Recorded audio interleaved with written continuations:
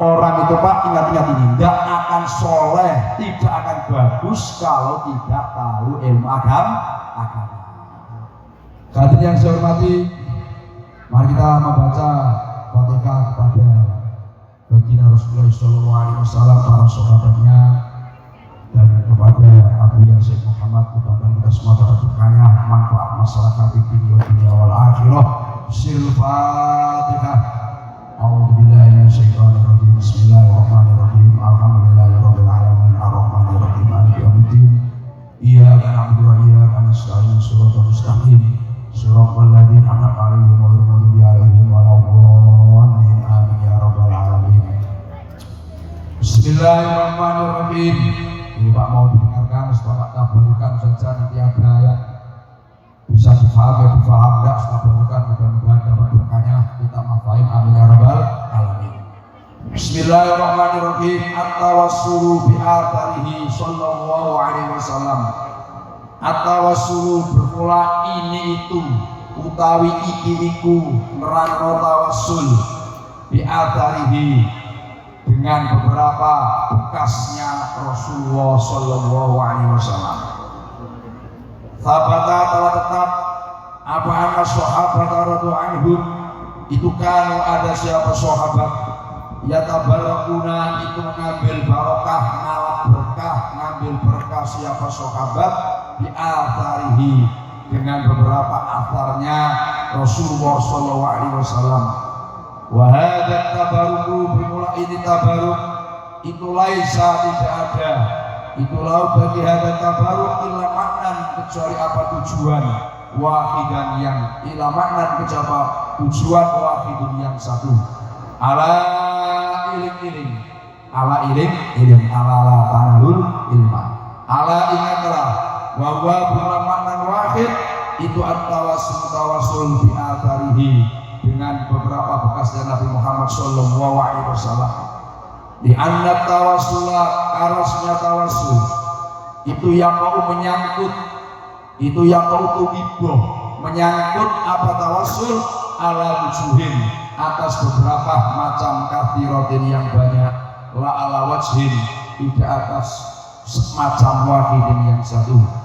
Afataro adakah melihat siapa kamu hum pada sahabat ya tawassaluna kali tawassul siapa sahabat bi atharihi dengan beberapa bekasnya Nabi Muhammad sallallahu alaihi wasallam wala yatawassaluna dan tidak tawassul siapa sahabat bihi dengan Nabi Muhammad sallallahu alaihi wasallam. Hal yasiku adakah sah ayu tawassala apa hendaknya dibuat tawassul bil farqi apa cabang wala yasiku dan tidak sah apa tawassul bil asli dengan asal. Hal yasiku adakah sah ayu tawassala apa hendaknya dibuat tawassul apa bil athari athar bekas Allah di athar masyurifa yang tidak dimuliakan apa athar wala uddima ya dan tidak diagungkan apa asyar wala kullima dan tidak dimuliakan apa athar illa bisabab sahibihi kecuali dengan sebab orang yang punya asar siapa badali Muhammadin sallallahu alaihi wasallam. Sumayakum kemudian berkata qailun siapa orang yang berkata innahu la yasifu inna sesungguhnya perkara inna usatamani perkara iku la yasifu jasa ayyu tawassala apa hendaknya dibuat tawassul apa bihi athar subhanaka hadza butanun azim. Subhanaka maha suci engkau ya Allah hadza dunna la yasifu ayu tawassala bihi itu bukan kebohongan agung yang agung. Jadi para hadirin yang saya hormati, ini pemantapan akidah kita Ahlussunnah wal Jamaah bahwa kita selaku orang yang beragama Islam mengikuti akidah kita kan mengikuti akidah Ahlussunnah wal Jamaah. Makanya kita madzhab Syafi'i salah satu orang Indonesia kan sufinya kan tasawufnya akhlaknya kan mengikuti beliau Syekh Abdul Qadir Jailani, Syekh Abu Hasan Ali Asy'ari dan lain sebagainya. Nah, keyakinan kita Ahlussunnah wal Jamaah bahwa para sahabat dulu itu beliau-beliau mengambil barokah dengan bekas-bekas Rasulullah Shallallahu Alaihi Wasallam. Ini macam-macam. Ada sahabat itu termasuk Abdullah bin Umar. Itu salah satu sahabat di mana Nabi sholat itu Pak, di mana tempat Nabi sholat itu teliti, dan beliau sholat di situ. Oh ini tempat ini Nabi sholat. Beliau di situ. Oh ini tempat ini pernah disinggahi Nabi. Beliau di situ. Itu nanti akan kita terangkan Pak di belakang nanti. Intinya para sahabat itu sangat luar biasa bertabaruk kepada peninggalan Rasulullah Shallallahu Alaihi Wasallam. Dan para sahabat tabaruk dengan peninggalan Nabi tidak lain dan tidak bukan kecuali satu tujuan. Apa tujuannya? Tawassul. Tawassul artinya ingin dekat kepada Allah, ingin dapat rahmat Allah, ingin dapat ampunan Allah melalui asar-asar peninggalan Rasulullah Shallallahu Alaihi Wasallam. Sehingga oleh Abu Yasin Muhammad, cobalah apakah mungkin afatarahum yatawassaluna bi atharihim wa la yatawassaluna bihi.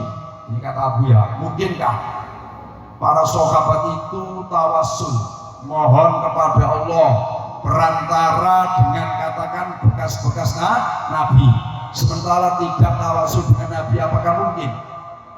Misalkan begini Pak, ada orang ini mengambil berkah air minum seseorang, ada orang itu mengambil berkah bekas cucian baju seseorang, tapi dengan orangnya tidak senang, dengan orangnya benci. Mungkin Pak? Tidak mungkin. Tidak mungkin Pak. Wah bekasnya saja itu senang, apalagi orangnya. Begitu pula sahabat Pak, bekas Nabi saja diteliti Pak. Sampai maaf, Nabi itu kalau ketahuan kencing, sahabat itu berobat itu. Ingin mendapatkan apa? Kotoran Rasulullah. Sampai gitu apa? Nah, mungkinkah orang yang kotorannya saja diperhatikan, ingin dicari, kok dengan orangnya dibenci? Tidak mungkin. Itulah sahabat Rasulullah Shallallahu Alaihi Wasallam. Maka tidak mungkin para sahabat yang beliau memperhatikan asar-asar bekas-bekas Rasulullah kok tidak tawassul dengan Rasul? Tidak mungkin. Maka dikatakan hadza buhtanun adzim, itu kebohongan yang luar biasa. Wan nususu bermula beberapa nas penjelasan al-waridatu yang datang biadal babi, dalam ini bab itu kathiratun, banyak jiddan dengan sekali. Naktasiru, meringkas siapa saya ala ashhuriha, atas lebih masyhurnya nusus. Wahada, maka bermulai sasun seseorang Amirul Mukminin Umar bin Khattab radhiyallahu anhu, yakhrusu semangat siapa Umar kullal khirsi, dengan sepenuhnya semangat. Sayyidina Umar semangat luar biasa ala ayyifana, atas hendaknya dimakamkan siapa Amirul Mukminin, yaitu Umar bi qurbi Rasulullah sallallahu alaihi wasallam, dengan dekat Rasulullah sallallahu alaihi wasallam. Lama hadirat, ketika hadir pada Umar al-wafatu, apa wafat. Fayab'athu, maka mengutus siapa Umar waladahu, pada putranya Umar Abdullah, liyasta'dina, supaya minta izin siapa Abdullah as-sayyidata as-sayyidata, pada Sayyidah Aisyah radhiyallahu anha, fi dzalika, di dalam itu ayyid fana bi qurbi Rasulillah sallallahu alaihi wasallam. Wa idza bi sayyidati Aisyah, wa idza bi sayyidati, tiba dengan Sayyidah Aisyah tu'linu, kali mengumumkan, memberitahu siapa Sayyidah Aisyah, anak rasulnya Sayyidah Aisyah, karena itu ada siapa Sayyidah Aisyah itu menghendaki siapa Sayyidah Aisyah hadal makana, pada ini tempat, linafsiha, untuk dirinya Sayyidah Aisyah. Fatakulu, maka berkata siapa Sayyidah Aisyah, untuk ada siapa saya, uridu, itu menghendaki siapa saya, pada hadal makan, linafsi, untuk diri saya. wala uthironna, dan sungguh benar-benar akan mementingkan, wala uthironna, dan sungguh benar-benar lan yakti teman-teman bakal utamakan sapa ingsun hu pada dan makan hu wala uthironna, sungguh benar-benar bakal mengutamakan siapa saya, sungguh saya akan mengutamakan hu pada dan makan pada Umar, saya utamakan pada Umar ala nafsi, atas diri saya. Fadhabu, maka pergi Abdullah, siapa Abdullah, wa yubashiru, dan memberi kabar gembira siapa Abdullah, bihadil bisyarati, dengan ini kabar gembira al-azimati yang agung. Wa idza bi Umar, tiba-tiba dengan Sayyidina Umar radhiyallahu anhu, yaqulu, berkata siapa Abdullah, alhamdulillah, alhamdulillah.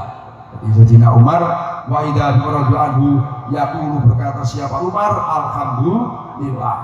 Maka nasyai'un, maka tidak ada syai'un, apa sesuatu, ahamma, itu lebih penting, ahamma, itu lebih penting, ilayya, bagi saya, min dalika, daripada itu, ayyid fana bi qurbi Rasulullah sallallahu alaihi wasallam.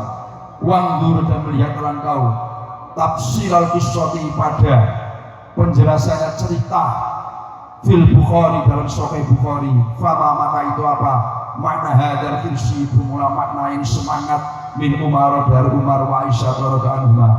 Walamma kana, ketika ada apa, mengubur biqurbi Rasulullah sallallahu alaihi wasallam, dengan dekat Rasulullah sallallahu alaihi wasallam, ahamma syai'in, itu lebih pentingnya sesuatu, wa ahabba syai'in, dan lebih dicintai sesuatu, ila Umar, kepada Umar, laisa, tidak ada itu lidzalika, bagi itu adafnu biqurbi Rasulillah, tafsirun, apa penjelasan, illa tawassul bin Nabi sallallahu alaihi wasallam ba'da wafatihi, setelah wafatnya Nabi, bitabaruki, dengan mengambil barokah, bil qurbi, dengan dekat minhu, kepada min dimana minhu, kepada Rasulullah sallallahu alaihi wasallam. Jadi begini para hadirin, ini nanti akan saya terangkan lebih lebar ini Pak. Jadi singkatnya begini, Sayyidina Umar radhiyallahu anhu, ketika beliau menjabat Amirul Mukminin, menjabat khalifah yang kedua, itu beliau menjelang wafat itu menyuruh putranya nama Abdullah. Jadi Sayyidina Umar itu Pak punya putra namanya Abdullah, ini putra yang sangat cerdas, ahli hadis. Itu disuruh oleh ayahnya Sayyidina Umar minta izin kepada Sayyidah Aisyah radhiyallahu anha. Minta izin begini, ya Sayyidina Umar itu punya seorang Abdullah, kamu pergi ke rumah Siti Aisyah, kasih tahu kalau boleh saya menginginkan dimakamkan dekat Rasulullah sallallahu alaihi wasallam. Itu kemauan Sayyidina Umar. Kemudian Sayyid Abdullah datang ke Siti Aisyah menyampaikan pesan ayahnya, wahai Sayyidah Aisyah, ayah saya bernama Umar minta izin kiranya diperkenankan untuk dimakamkan dekat kuburan Rasulullah sallallahu alaihi wasallam. Ternyata para hadirin, Siti Aisyah itu juga punya kehendak, namanya istri Pak, punya kehendak kalau beliau nanti meninggal dunia dimakamkan dekat makamnya Rasulullah sallallahu alaihi wasallam. Bisa itu berkehendak. Tapi ketika diminta oleh Sayyidina Umar, wah, ini beliau langsung Pak, hatinya terbuka, terbuka. Jadi beliau bilang, sudah lagi nih saya, wahai Abdullah, sampaikan kepada ayahmu, sudah tidak apa-apa, aku mengizini, silakanlah ayahmu kalau meninggal dimakamkan dekat dengan Rasulullah sallallahu alaihi wasallam. Ketika Pak langsung pulang, ngasih tahu ayahnya, ya alhamdulillah ya.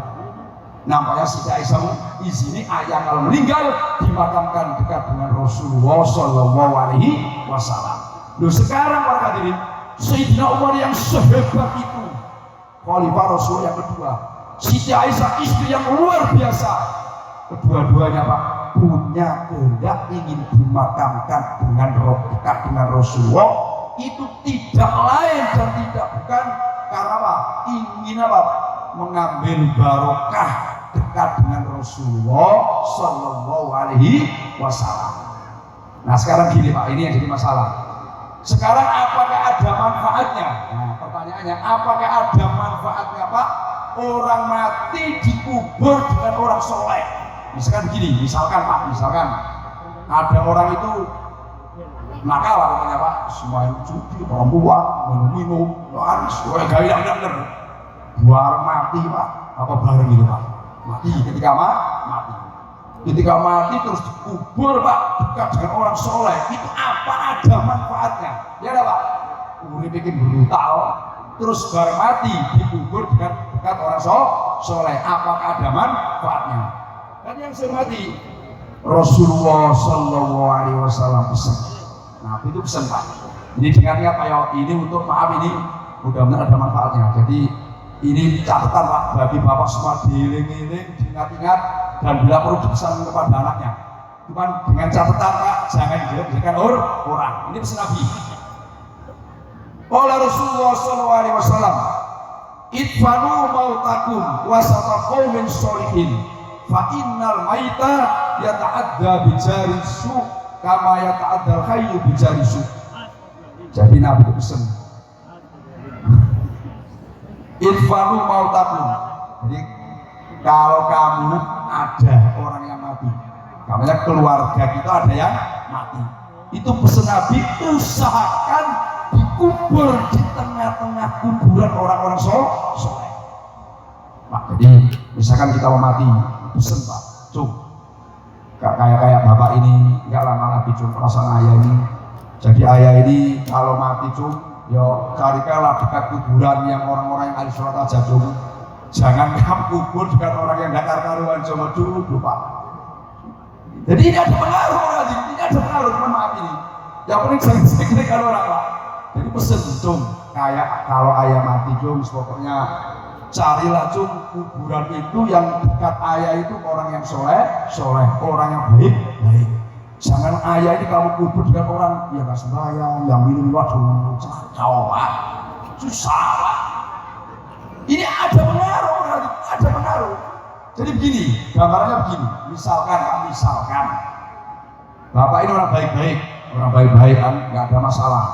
Terus punya tetangga itu ada sering-sering ada masalah dengan urusan dengan polisi Pak, kejar-kejar polisi Pak, karena narkoba misalkan, karena judi, karena bunuh orang. Kira-kira bapak ini tenang nggak Pak? Pertanyaan saya itu Pak, tenang nggak? Divaksin. Kata manusia divaksin ini Pak. Jadi kejadian sih vaksin Pak. Bapak punya tetangga yang belum vaksin Pak, padahal tetangga yang dapat vaksin. Tetangga yang belum vaksin kejar-kejar polisi. Bapak tenang nggak? Tenang Pak. Jadi pertanyaan Pak, tahu nggak Pak Rujak? Itu belum vaksin. Ayah Pak kejar-kejar. Jadi nggak tenang. Jadi kita kalau mati Pak, maaf, kuburan kita dekat orang yang nggak benar itu, waduh Pak. Bawa biswa. Jadi ada pengaruhnya. Sebaliknya Pak, kalau kita orang biasa-biasa Pak, makam kita ini dekat orang yang soleh, insya Allah dapat barokahnya.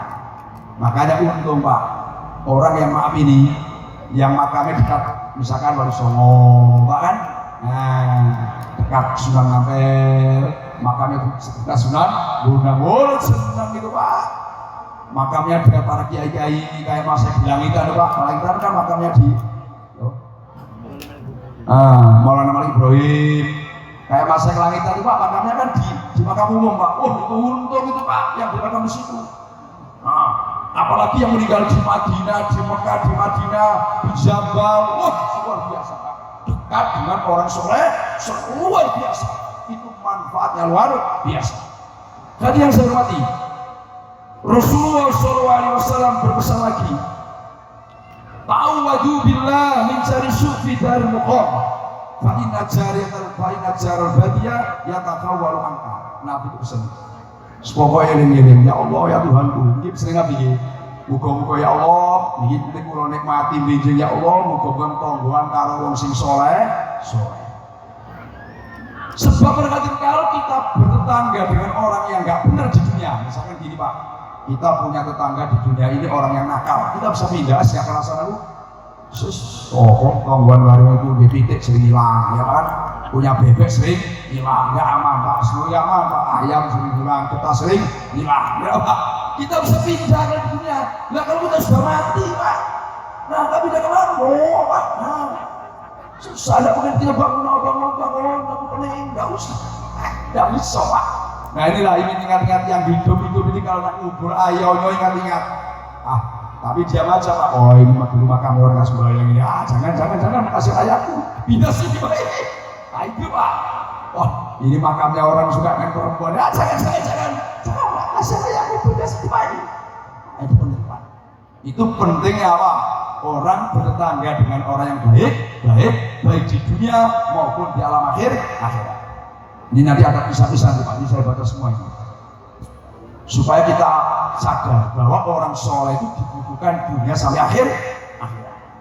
Ada riwayat dari Ibnu Umar radhiyallahu anhu, anak Nabi sallallahu alaihi wasallam, innal mu'mina idza mata tajammalatil maqabir li mautihi.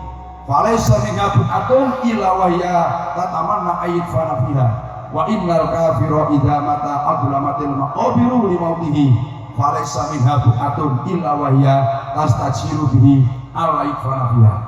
Jadi gini intinya Pak, kalau ada orang Pak, ada orang mukmin meninggal di dunia, orang mukmin meninggal di dunia, kebetulan orang ini mukmin yang bagus, itu kuburan itu Pak terang benderang. Jadi misalkan gini, di sini itu Pak ada orang ahli sholat, orang soleh, ahli sedekah meninggal di dunia. Itu kuburan di sini itu terang semua Pak. Semua tanah ini Pak ingin ditempati. Ya Allah, jadikan aku kuburan dia ya Allah. Ya Allah, mudah-mudahan aku digali ya Allah jadi tempat dia. Enggak senang kafir ndonga. Muga-muga aku ditempati wong iku. Semoga aku ditempati orang itu. Itu kalau yang meninggal orang yang baik. Itu bumi kuburan kita ini Pak. Jelute itu ndonga Pak. Ingin kita ditempati kita. Sebaliknya Pak, kalau yang mati orang kafir, atau orang berokok, wala kuburan itu gelap Pak. Nangis ya Allah, jangan aku ditempati dia ya Allah. Aku mohon kepada ya Allah, jangan aku digali di tempat orang itu Pak. Kenapa? Kalau orang itu disiksa Pak, kuburannya ikut merasakan panas, ya kan? Ikut merasakan tidak enak. Pak bumi saja Pak nggak sanggup Pak. Kalau kebetulan di tempat orang yang buruk, orang yang jahat, apalagi orang kafir. Dari sinilah para hadirin, ini mohon dipahami. Haram hukumnya Pak, satu kuburan campur aduk orang Islam dan non Muslim itu nggak boleh Pak. Tapi insya Allah di sini nggak ada Pak ya. Ini yang ada di Teran Pak. Teran kan tanah umum Pak ya. Ya ada non Muslimnya, ada Buddha, ada Hindunya, nah, campur di satu Pak. Nah ini gimana caranya? Harus dipisah. Ini kuburan non Muslim. Kalau dicampur aduk Pak itu rugi Pak, nasib itu kalau Pak nggak bisa tidur Pak. Coba misalkan gini, Bapak ini meninggalkan kubur, Bapak aman-aman, sebelahnya orang kafir jadi gunung malaikat, blak, nggak bisa tidur Pak, nggak nyenyak, ya udah. Contoh aja, Pak Bair ini Pak tidurnya, Bukus dia tuh sakit gigi, nggak bisa tidur Pak Bair ini Pak. Itu baru Bukus dia dengan Pak Bair Pak. Nah ya lah Pak. Apalagi Pak kita itu berkuburan dekat orang non-muslim ini jangan sampai. Tapi insya Allah maaf ini Pak, kayak di dusun ya ada ya Pak kan. Kalau yang ada itu orang-orang terang ya Pak kan, karena tanahnya umum. Itu untungnya Bapak di dusun itu Pak. Nah ya dah. Jadi kalau ada yang non-muslim jangan ikut di kuburan orang Islam. Itu yang rugi ya Pak kan. Mereka gebuk malaikat blak. Nah masih. Soro Pak. Nah ini Pak, ini untungnya Pak, kita dekat kuburannya dengan orang yang baik. Bagi yang saya hormati, ada satu cerita para hadirin. Nah ini Pak, manfaatnya dikubur kumpul dengan orang baik. Wa akhraja Ibnu Abi Dunya fil kubur an Abdillah ibn Nafi' al-Muzarrad dan qala mata rajulun bil madinati fadubina biha fara'au rajulun ka'annahu min alinar faghtamma lidhalika summa urihi ba'da sabi'atin aw thaminatin ka'annahu min ahli jannah fasa'alau qala tufina ma'ana rajulun minas sholihin fasyufi'a fi arba'ina min sironi fakundu bihi.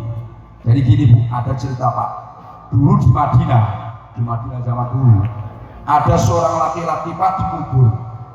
Dia ini termasuk orang yang min ahli nar. Jadi gini Pak yo, yang namanya di Madinah itu walaupun tanah suci, tanah kelahiran alat, tapi yang namanya orang nakal itu ada baik. Ya ada kan? Di mana-mana orang nakal itu pasti ada. Nah ketika dia di Madinah Pak, itu waduh, ada orang yang mengetahui bahwa itu ahli nar. Susah jalan kuburnya. Nah, ketika dapat seminggu atau berapa hari, orang laki-laki yang tadinya itu susah jalan kubur gembira dia Pak, senang gembira dia. Kemudian dia ditanya dalam mimpi, kemarin seminggu yang dulu sampai susah, sampai itu sedih di alam barzakh, sekarang sampai kok gembira? Apa sebabnya? Akhirnya dia menjawab, alhamdulillah di tanah kuburan kami dikuburlah seorang yang soleh dan dia memberi syafaat 40 orang dari kanan kiri kami. Berkaya ada orang soleh.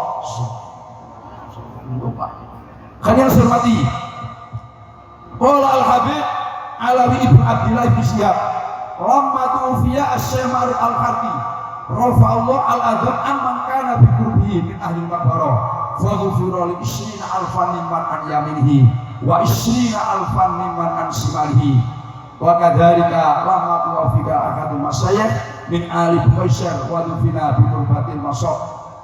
Begini Pak, dulu Pak di Baghdad itu ada ulama besar yang sebelumnya Syekh Abdul Qadir Jailani, namanya Syekh Ma'ruf Al-Kardi. Kalau ini Syekh Ma'ruf singkut ini Pak, bukan. Ini Syekh Ma'ruf Al-Kardi, ini singkut beliau ini Pak, lain Pak. Namanya Samo, orangnya enggak Samo. Dari Syekh Ma'ruf Al-Kardi itu Pak, itu Baghdad itu kenal. Sampai makamnya disebut Tiryak, at-Tiryak. Jadi mujarab Pak, orang yang tawasul kepada beliau itu mujarab. Beliau dimakamkan di Baghdad. Ini beliau ketika dimakamkan di situ Pak, Allah menghilangkan Pak siksanya ahli kubur. Jadi ahli kubur yang mestinya dapat siksa oleh Allah itu kanannya 20.000, arah kirinya 20.000 orang itu diampuni dosanya oleh Allah Subhanahu wa Ta'ala. Satu orang Pak Syekh Ma'ruf Al-Harqi di alam barzaknya bisa memberi syafaat, bisa menolong ahli kubur. Kanannya 20.000 orang, kirinya 20.000 orang. Satu kuburan Pak, satu orang. Nah ini Pak, untungnya kalau di makam itu ada seorang wali besar. Maka wali itu Pak semakin tinggi derajatnya, semakin besar peluang untuk memberi syafaat.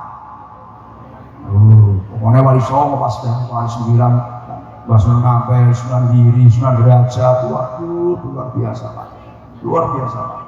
Nah ini Pak pentingnya Pak, kita berdoa ya Allah, mudah-mudahan di kampung kita ini Pak ada orang soleh, ya kan, yang dimakamkan di kampung kita, sehingga Pak kita dapat barokahnya orang yang soleh, amin ya robbal alamin. Hadirin yang saya hormati, nah ini juga lagi Pak, kemantapan bahwa ternyata ini manfaatnya Sayyidina Umar. Kalau orang sebaik itu Pak ingin dekat kuburnya dengan Rasulullah Sallallahu Alaihi Wasallam. Ada lagi Pak, walamma kubira biatul maqbar as-Sayyid Al-Habib Muhammad bin Ahmad Jamalullah. Jadi di Yaman itu kan kota wali. Yaman itu termasuk sebut kota sejuta wali Pak, kota tempat wali. Itu ada namanya Syekh Habib Muhammad bin Ahmad Jamalullah. Dikatakan Jamalullah itu Pak, malamnya itu gak pernah tidur. Pokoknya ahli ibadah luar biasa. Sampai di Jamalul. Ini ketika beliau wafat para hadirin, semua satu kuburan itu Pak aman semua gara-gara beliau Pak. Beliau ahli Al-Quran, ahli tahajud, ahli sodaqoh. Kalau malam tidak pernah tidur Pak, mampu memberi syafaat semua ahli kubur yang ada sekuburan dengan beliau. Bahwa manfaatnya Indonesia orang dekat dengan orang soleh. Ini Pak. Makanya ini saya mohon para masyayikh, para kiai ini kalau mati dikubur dulu saja Pak Qadir, biarnya mati ya Pak Qadir. Pak Bahir barang ini kalau mati kubur mama Bahir biarnya mati, jangan di pondok saja Bahir.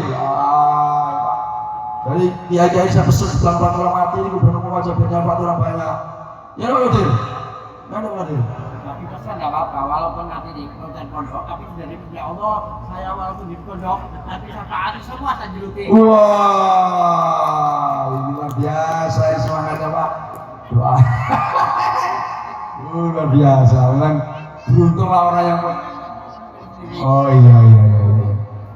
Jadi luar biasa, Pak Qadir luar biasa. Jadi orang soleh itu Pak luar biasa, hidupnya memberi syafaat Pak, bisa menolong kan, membantu orang, meninggal pun juga memberi syafaat. Nah hadirin yang dapat kita garis bawahi sebelum berlanjut ini, orang itu Pak ingat-ingat ini, tidak akan soleh, tidak akan bagus kalau tidak tahu ilmu agama. Sebab ini Pak, orang soleh itu orang yang melakukan perintah, dimana hubungan dengan Allah bagus, hubungan dengan manusia bagus, itu namanya orang soleh. Pak, hubungan dengan Allah sukses, hubungan dengan manusia baik, itu namanya orang soleh. Bagaimana orang itu Pak hubungan kepada Allah bisa bagus kalau tidak tahu ilmu agama? Ya kan? Disitulah Pak pondok pesantren mengkaji ilmu agama sangat dibutuhkan karena akan mencetak generasi yang soleh maupun yang solihah. Amin ya robbal alamin.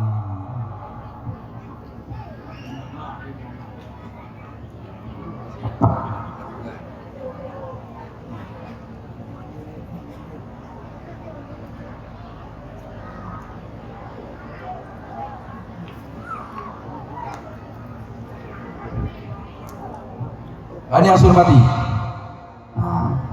Wahadi Ummu Sulaimin. Wahadi bermula ini perempuan Ummu Sulaimin radhiyallahu anhu.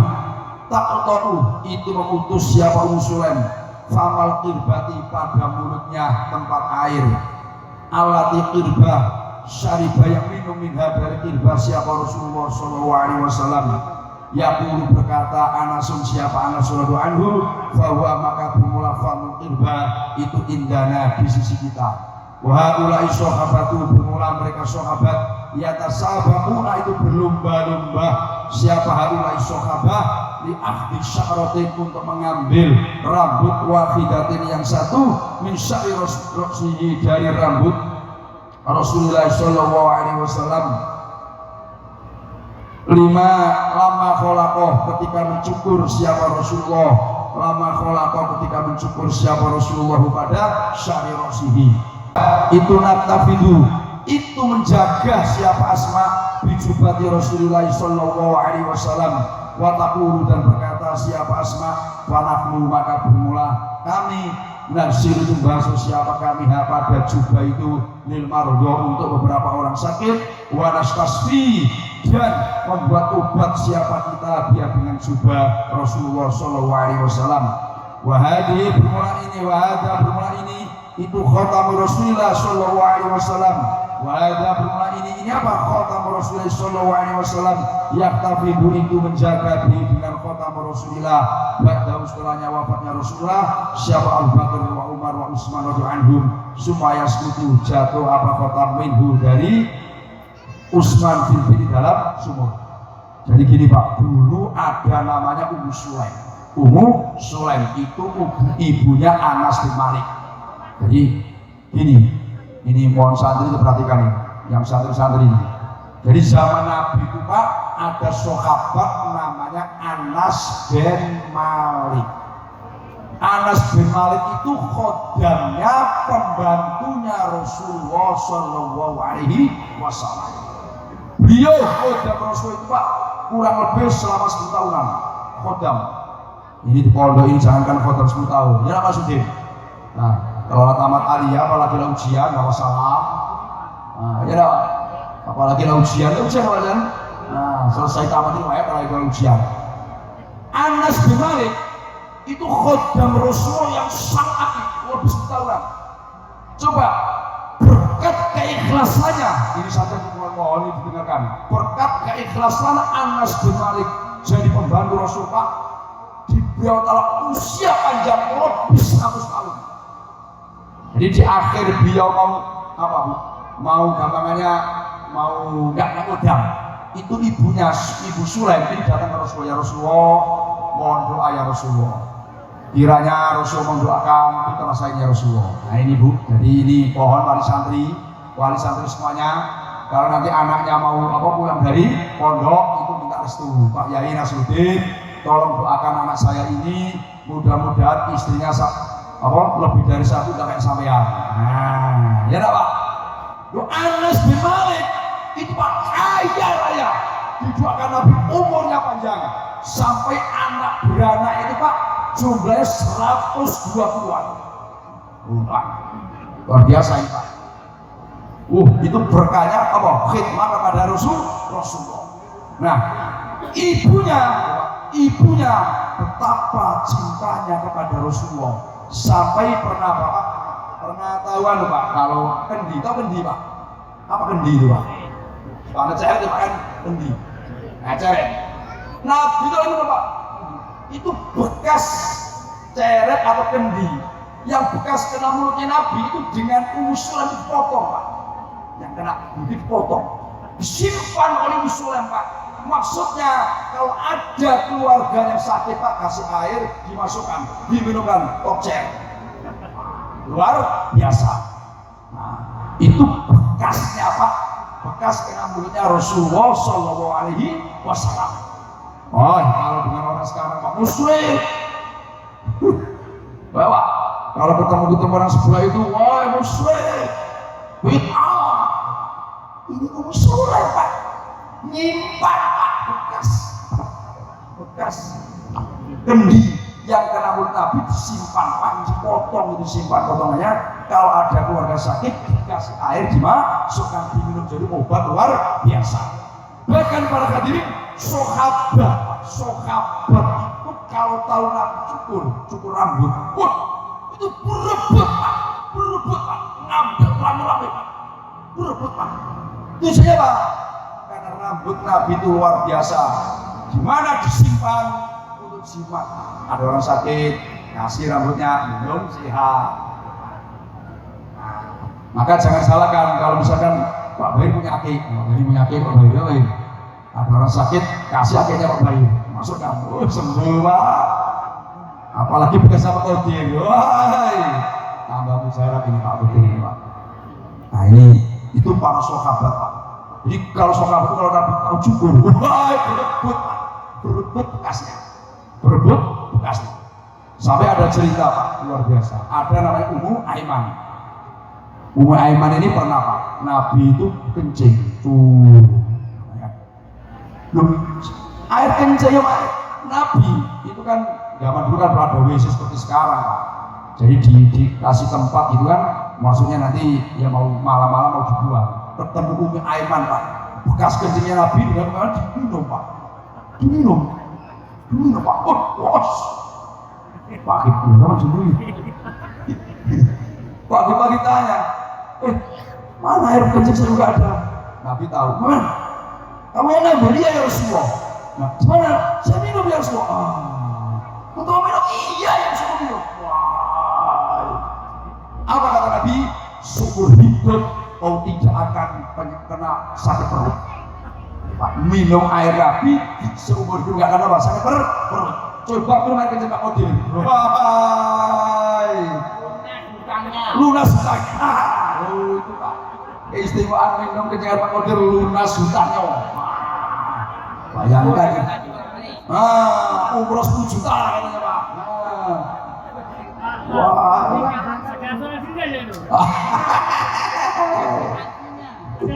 Waduh, masya Allah.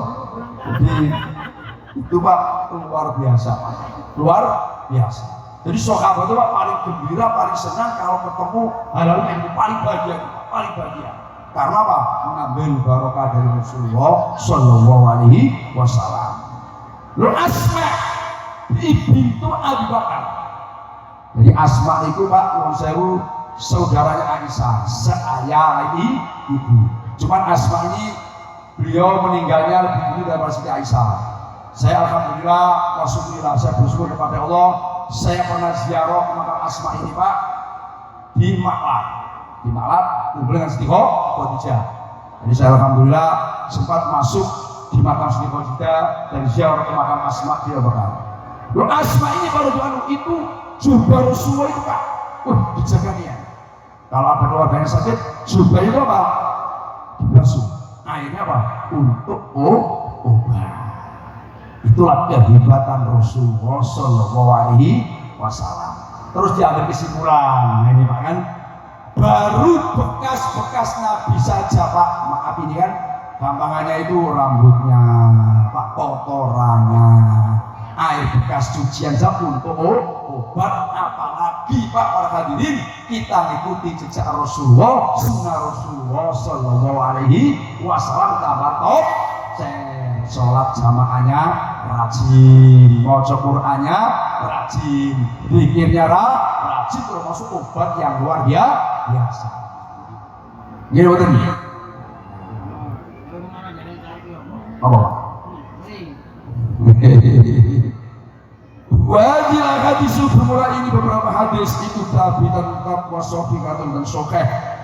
Kama seperti keterangan sanad guru yang akan menyebutkan siapa pada ma fi maqasid tabaruk pembahasan tabaruk waladhi nuridu waladhi bermula perkara nuridu yang menghendaki siapa saya itu anakku landaknya berkata siapa saya pada aladhi huwa bermula aladhi nuridu itu annana sesungguhnya saya natasa'alu anak sesungguhnya kita natasa'alu saling bertanya siapa kita. Limada karena apa? Itu limada karena apa? Hadil mukhafadatu bermula ini menjaga minhum dari sahabat radhiyallahu anhum ala athar Nabi atas beberapa bekas Nabi Muhammad sallallahu alaihi wasallam. Fabil qirbah mulutnya tempat air, asy'ari rambut, al araqi keringat, al jubbati jubah, al khatami cincin, al musalla tempat salat. Fama maka itu apa? Maksudun bermula maksudnya sahabat min daripada itu hadil mukhafadhah. Ahia adakah bermula hadil mukhafadhah? Itu adzikra, peringatan, mujarrad dzikra, sekedar peringatan. Ahia adakah bermula mukhafadhah? Itu al mukhafadhah itu menjaga al athari atas beberapa bekas tarikhiah yang sejarah liwatiha untuk meletakkan athar fil madhafi dalam museum, Nah, jadi gini, cobalah apa yang menjadi peninggalan Nabi, kayak misalkan rambut Nabi, jubah Nabi, cincin Nabi, pedang Nabi. Apakah para sahabat menjaga seperti sekedar untuk diingat-ingat atau untuk diletakkan di museum? Apakah sekedar itu? Fa'inkanat maka apabila apa hadil mukhafadhah itu al-ula yang pertama sekedar diingat-ingat, falimada maka karena apa? Yaqtanuna memperhatikan siapa sahabat dengan hadil mukhafadhah inda du'ai ketika berdoa wa tawajjuh dan menghadap ilallah kepada Allah. Idza asoba apabila menimpa pada sahabat al-bala wa bala awil mardo atau sakit. Wa idza kanat apabila apa hadil mukhafadhah itu asalnya yang kedua untuk masukkan di museum, fa'aina maka itu di mana? Hadal matkafu bermula ini museum. Wa min aina dan dari mana saat datang kepada sahabat hadil fikrat apa di pikiran al-mutadiatu yang baru yang model-model. Subhanaka hadza butanun adzim. Lam yabqa tidak tetap ila tabaruku kecuali tabaruk bi atharihi sallallahu alaihi wasallam litawassul dia dengan atharihi ilallahi fi du'a dalam berdoa li anna Allah wa ya Allah itu al-muti dan yang memberi wa huwa Allah itu al-mas'ul yang ditanya wal kullu bermula semuanya itu abidu beberapa hambanya Allah wa tahta amrihi dan di bawah perintahnya Allah, di bawah peraturannya Allah, di bawah perintahnya Allah. La yamlikuna tidak memiliki siapa abid syai'an pada sesuatu li anfusihim untuk beberapa dirinya abid fadlan apalagi an ghairihim dari lainnya abid illa biidznillah kecuali izinnya Allah Subhanahu wa taala. Jadi para hadirin, para sahabat dulu Pak sangat memperhatikan peninggalan Nabi itu bukan hanya sekedar diingat-ingat, sekedar di museum, tidak, tapi sekedar tabaruk mengambil barokah dengan atharnya Rasulullah Shallallahu Alaihi Wasallam dan untuk tawassul mohon kepada Allah melalui peninggalan-peninggalan Rasulullah Shallallahu Alaihi Wasallam. Kan yang saya hormati, berdasarkan dengan tabaruk bil athar melalui khol daripada beliau Akhinal Karim Bapak Kiai Haji Sobirin dan Akhinal Karim Bapak Mubarak. Kalau Pak Mubarak ini Pak dulu waktu di Langitan itu sekelas dengan saya. Cuman bedanya umurnya mungkin lebih tua beliau. Saya masuk Langitan itu keluar MI, beliau itu keluar PGL. Tadi beliau SPG masuk Langitan, saya MI masuk Langitan. Satu kelas Pak. Jadi beliau itu besar, saya kecil Pak. Maka kalau tinju saya kalah Pak. Dia besar Pak. Jadi satu kelas sampai terakhir sampai kelas 6. Jadi sampai Arya. Dia satu pondok Al-Hanafi, satu kelas bahkan bangkunya dijejer Pak, dekat-dekat. Nah memang Ustaz Baruk itu termasuk Pak orang cerdas. Jadi kita sekolah itu sudah nalar Pak. Itu kawan saya yang satu pondok, yang satu kelas, ya dekat bangkunya Pak. Maka saya paham dengan beliau. Nah, berdasarkan tabaruk di atas Rasulullah SAW dalam Yasin sering kita dengarkan inna nahnu nuhyil mauta wa naktubu ma qaddamu wa atharahu. Nah ini mari kita pahami. Allah itu Pak janji. Allah itu sumpah inna nahnu nuhyil mauta.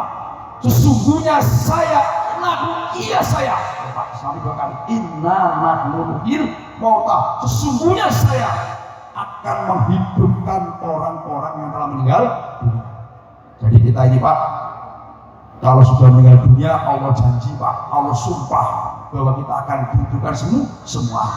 Wa naktubu ma qaddamu wa atharahu. Wa naktubu, aku akan menulis ma qaddamu, apa saja yang dilakukan oleh manusia. Jadi Pak, semua yang kita lakukan Pak sudah ada tulisannya semua.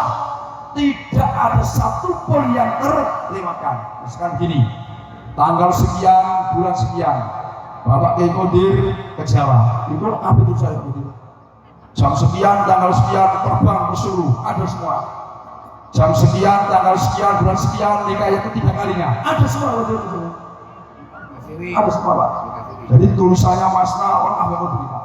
Ini teman kita yang luar biasa nih Pak. Walat dumakot dan wa atharuhu. Nah ini Pak, peninggalan kita Pak, ini kita sudah meninggal dunia Pak, apa yang kita tinggalkan itu Pak tetap akan dicatat oleh Allah Subhanahu wa Ta'ala.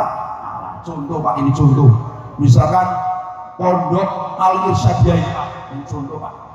Siapa yang pernah ikut berjuang Pak, berdirinya Pondok Al-Irsyadiyah, katakan maaf yang punya tanah, yang waktuan tanah, misalkan yang membantu tenaga untuk bangunan, pernah membantu semen, semuanya Pak. Ini kalau kita sudah meninggal dunia akan dicatat oleh Allah Subhanahu wa Ta'ala. Semuanya Pak, tenaga, pikiran kita Pak, para guru-guru yang ngajar semuanya ini Pak,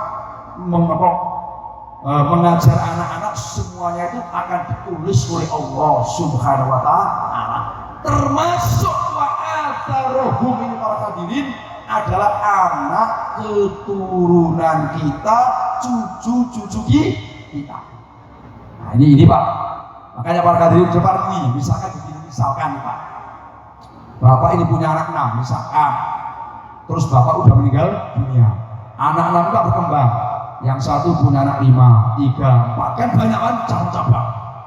Loh ini Pak, misalkan yang satu itu beling, nggak ingat Bapak, yang satu ada Pak yang ingin Fatihah. Ya Allah, mudah-mudahan mbak nenek moyang kakek saya ya Allah ampuni Fatihah.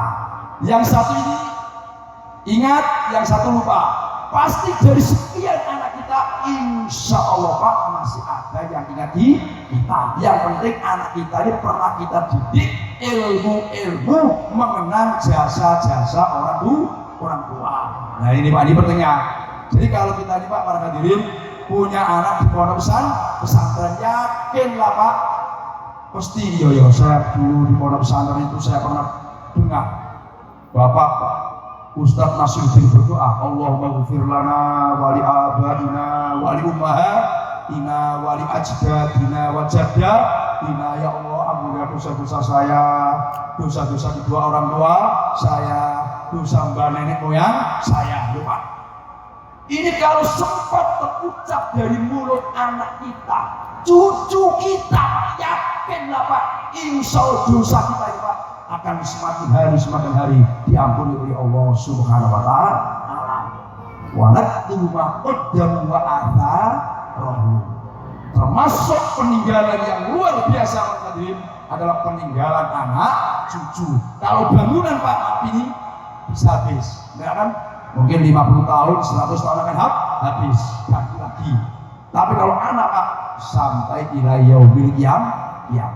Nah inilah pentingnya para hadirin, kita syukur punya anak. Yang penting anak jangan sampai nggak dididik ilmu agama. Silakan sekolah SMP, silakan SMK dan lain sebagainya. Yang penting jangan nggak dididik agama.